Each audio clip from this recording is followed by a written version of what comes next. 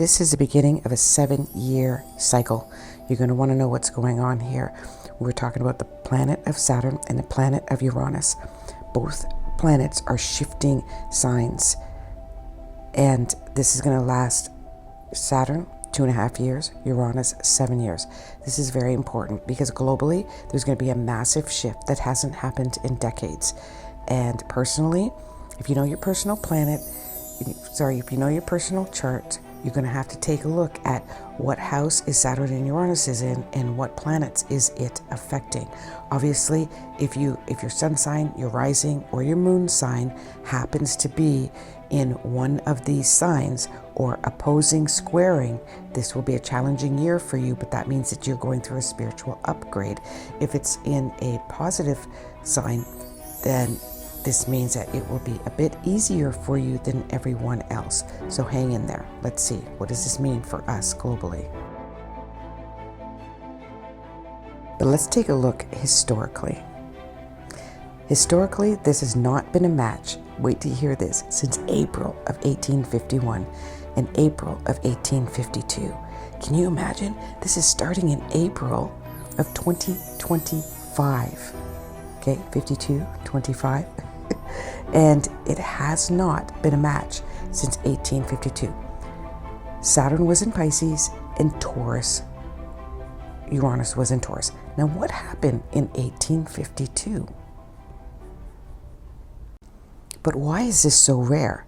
Saturn's 29.5-year cycle and Uranus' 84-year cycle align in significant signs very infrequently, roughly every 252 years.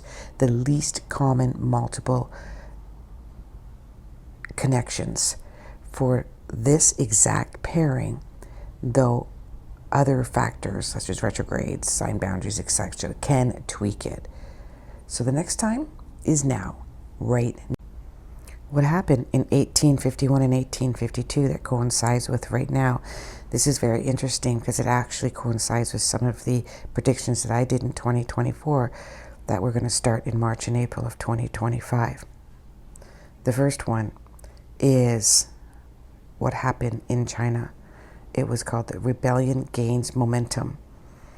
Now, the reason that this coincides is because I do feel that there is going to be a civil war that is going to happen with China amongst other countries. I had predicted it would be with Russia, and it may also continue with the United States and possibly Canada. I don't believe that this is going to be a physical war. I believe it'll be an economic war. But what happened in 1851 and 1852 was, and this is also going to coincide with the other prediction that I have around religion and spirituality. So hang in there. Queen Kwan, I might be saying that wrong, probably him, claiming to be Jesus's brother, launched a Taiping Rebellion against the Qing dynasty in January 1851, and by 51 and 52, it swelled into a full-scale civil war. Why is this big? One of history's deadliest conflicts. It shook China's stability, blending spiritual fever with social upheaval. Uranus and Taurus might reflect the economic discontent, land poverty, with Saturn in places that mirror the chaotic dissolve of old orders. Okay, so we're looking at the United States, we're looking at China, we're looking at Russia, we're looking at Canada. But the other ones that I'm seeing is also the other Middle East countries that are within many other countries, and from what I've heard, it's already started in Europe. It's not being publicized right now, but many of my European clients are telling me there's a huge upheaval and fight and protesting going on right now. And it's a combination of wanting to take over a religious platform within those countries. So other religious rebellion going into, let's say, Christian countries and saying you need to belong to our religion. And then there's a battle and a fight. And again, it's already started. It is going to be a fight against minority, which means if you look like a visible minority, there will be a lot of upheaval around that. I'm hesitating because I think this is terrible. It's wrong. And I don't want to come across as racist myself. It's just what I'm seeing. And because of this, between the political climate and the spiritual climate, now the United States is also going to come out strong and go, we're all Christians. Everyone should be a Christian. Everyone should follow Christ. And if you look at their dollar bill, remember, I'm Canadian, guys. If you look at their dollar bill, it basically, in God we trust.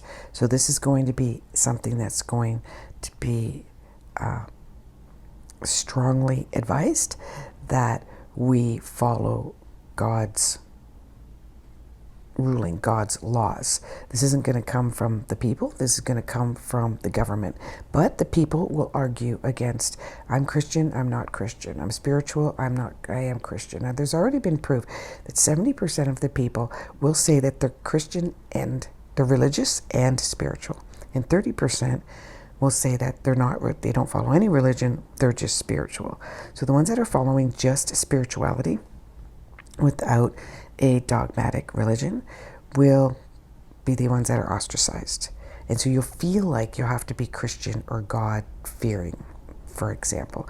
But then the ones that are not in Christianity will also feel that they have to fight for their belief system.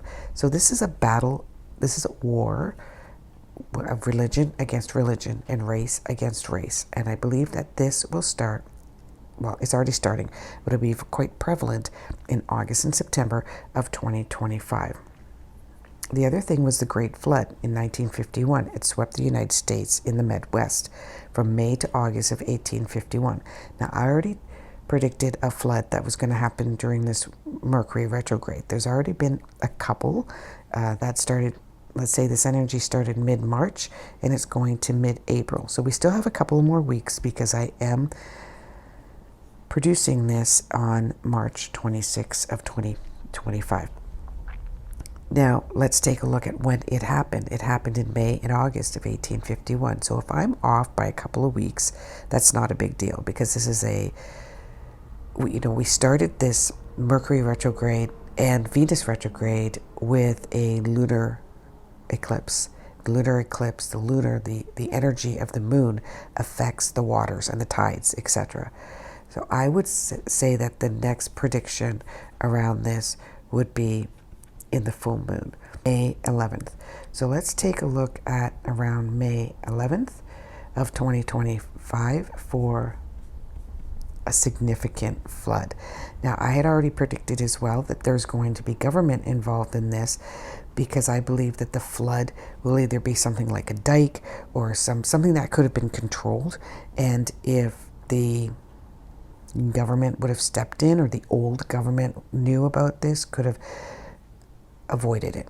Okay, now, is it going to be the Midwest? Yes, I do believe it will be the Midwest, somehow connected to the Mississippi. That I feel that are going to be hit is the Oroville Dam, which is in Northern California, the Hoover Dam, the Dowasque Dam, and the Glen Canyon Dam. These are the ones. This is the Colorado River, Feather River, and Clear River. Is there, I'm also seeing the Mississippi Dam. These are all, that's in Minnesota. They're all in Minnesota. And that's for the dams of the upper Mississippi River. Again, I'm also seeing that connection for April and May of 2025. And then we're looking at another connection when Saturn and Uranus connect, and so there's also July of 2025. In order to understand why this is happening on a spiritual level, we want to understand that we are not in control. When the weather or unpredictable events such as breaking of dams or an economic breakdown due to government is out of control, we want to take back what do we have control over. Saturn is about control, but Pisces is about healing and dismantling. What control is creating an upheaval in our spirituality, because that's when we're taking a look at control and spirituality, or significance of religion and control.